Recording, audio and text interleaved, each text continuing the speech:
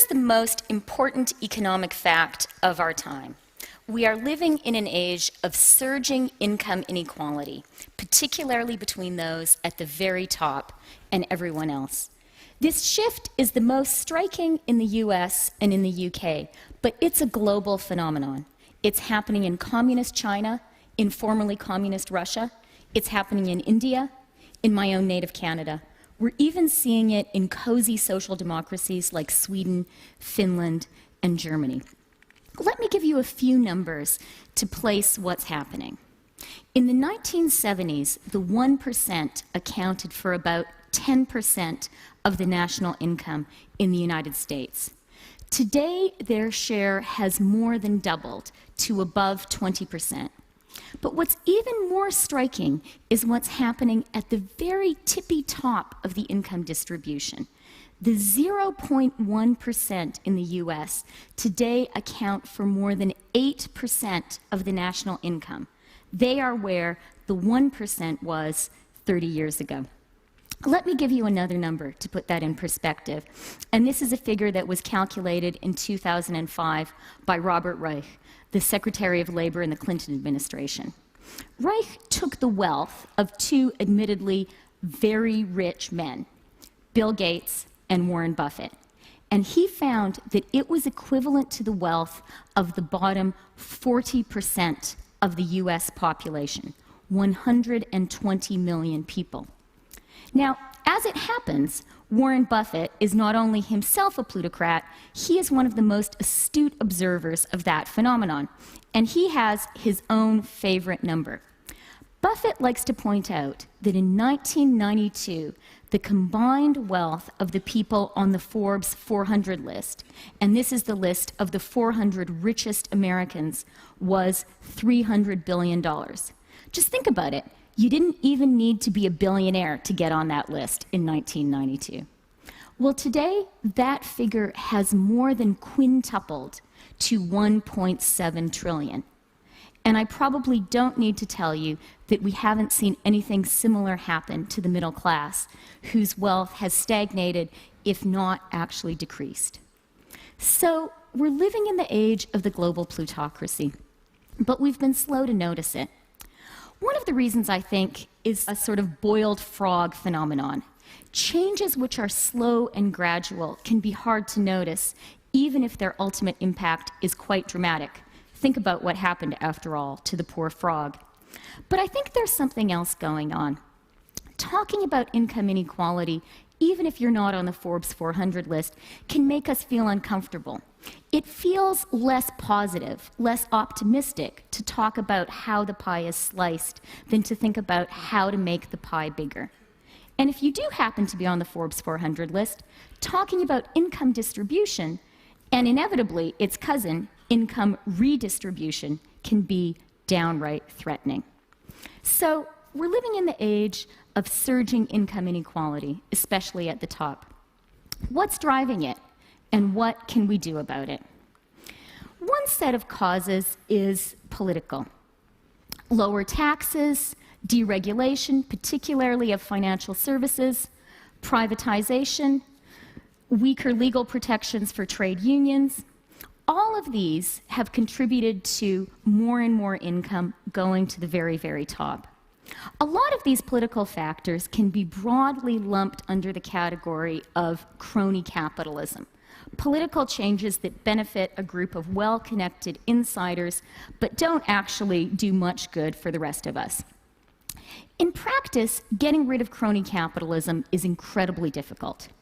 Think of all the years reformers of various stripes have tried to get rid of corruption in Russia, for instance, or how hard it is to re-regulate the banks even after the most profound financial crisis since the Great Depression, or even how difficult it is to get the big multinational companies, including those whose motto might be, "Don't do evil," to pay taxes at a rate even approaching that paid by the middle class. But while getting rid of crony capitalism in practice is really, really hard, at least intellectually, it's an easy problem. After all, no one is actually in favor of crony capitalism. Indeed, this is one of those rare issues that unites the left and the right. A critique of crony capitalism is as central to the Tea Party as it is to Occupy Wall Street. But if crony capitalism is, intellectually at least, the easy part of the problem, things get trickier when you look at the economic drivers of surging income inequality. In and of themselves, these aren't too mysterious. Globalization and the technology revolution, the twin economic transformations which are changing our lives and transforming the global economy, are also powering the rise of the super rich. Just think about it. For the first time in history, if you are an energetic entrepreneur with a brilliant new idea or a fantastic new product, you have almost instant, almost frictionless access to a global market of more than 1 billion people. As a result, if you are very, very smart and very, very lucky, you can get very, very rich very, very quickly. The latest poster boy for this phenomenon is David Karp. The 26-year-old founder of Tumblr recently sold his company to Yahoo for $1.1 billion. Think about that for a minute. $1.1 billion, 26 years old.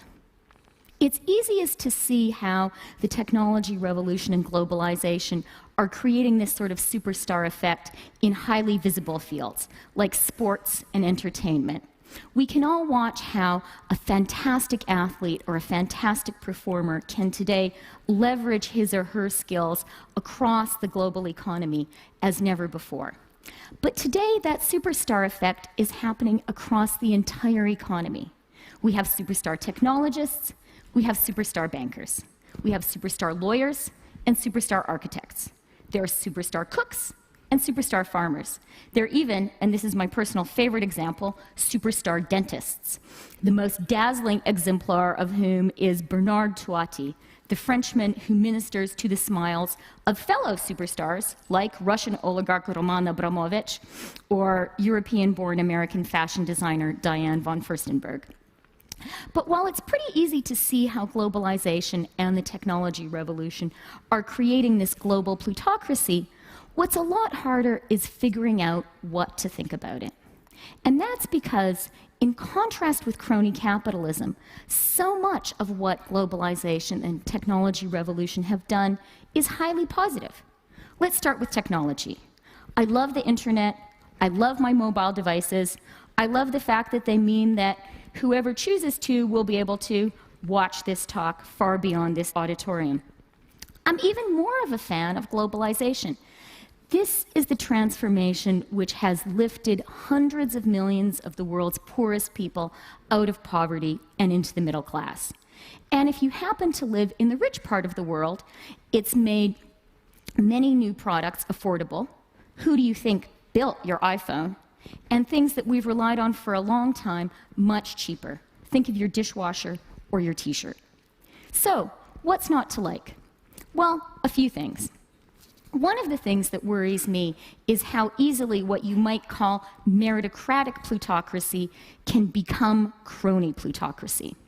Imagine you're a brilliant entrepreneur who has successfully sold that idea or that product to the global billions and become a billionaire in the process.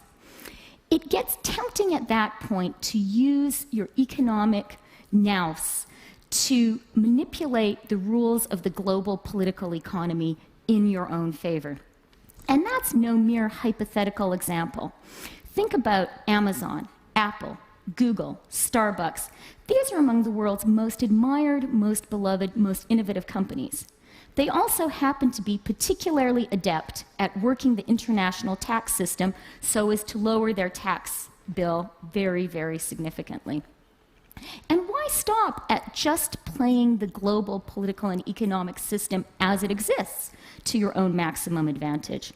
Once you have the tremendous economic power that we're seeing at the very, very top of the income distribution and the political power that inevitably entails, it becomes tempting as well to start trying to change the rules of the game in your own favor. Again, this is no mere hypothetical. It's what the Russian oligarchs did in creating the sale of the century privatization of Russia's natural resources. It's one way of describing what happened with deregulation of the financial services in the US and the UK.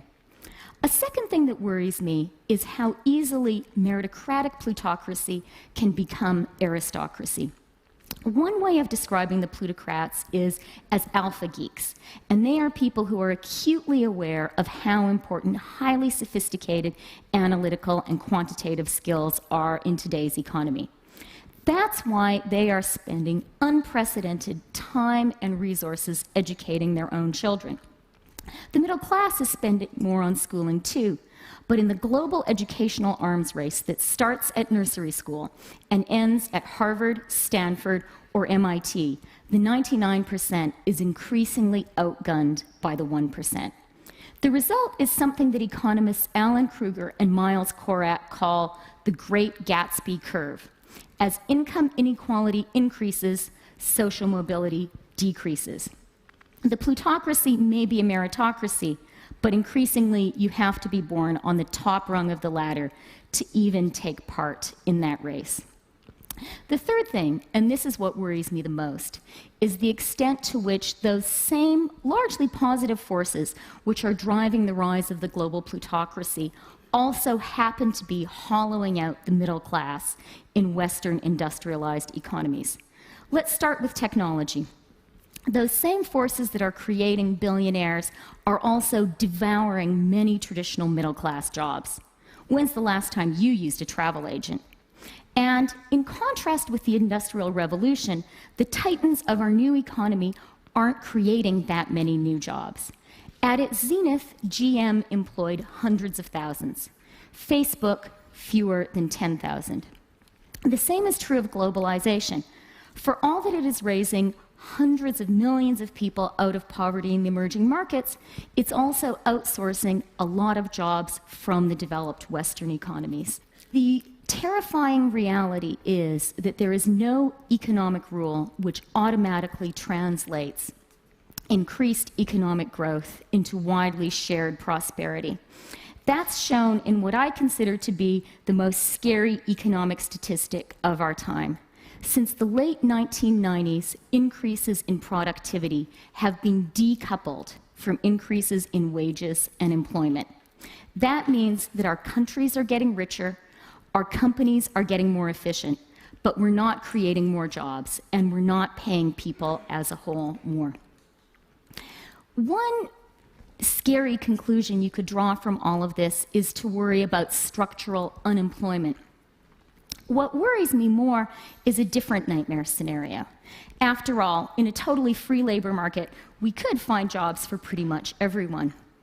The dystopia that worries me is a universe in which a few geniuses invent Google and its ilk, and the rest of us are employed giving them massages.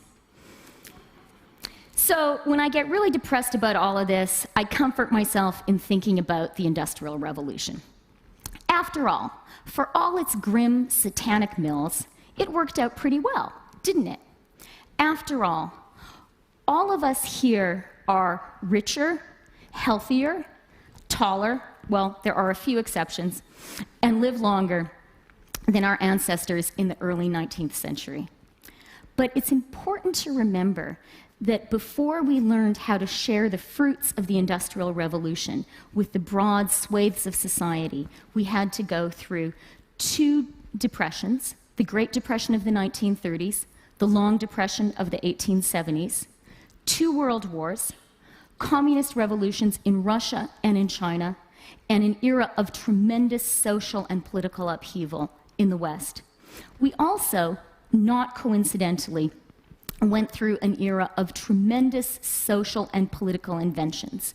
We created the modern welfare state, we created public education, we created public health care, we created public pensions, we created unions. Today, we are living through an era of economic transformation, comparable in its scale and its scope to the Industrial Revolution. To be sure that this new economy benefits us all, and not just the plutocrats, we need to embark on an era of comparably ambitious social and political change. We need a New Deal.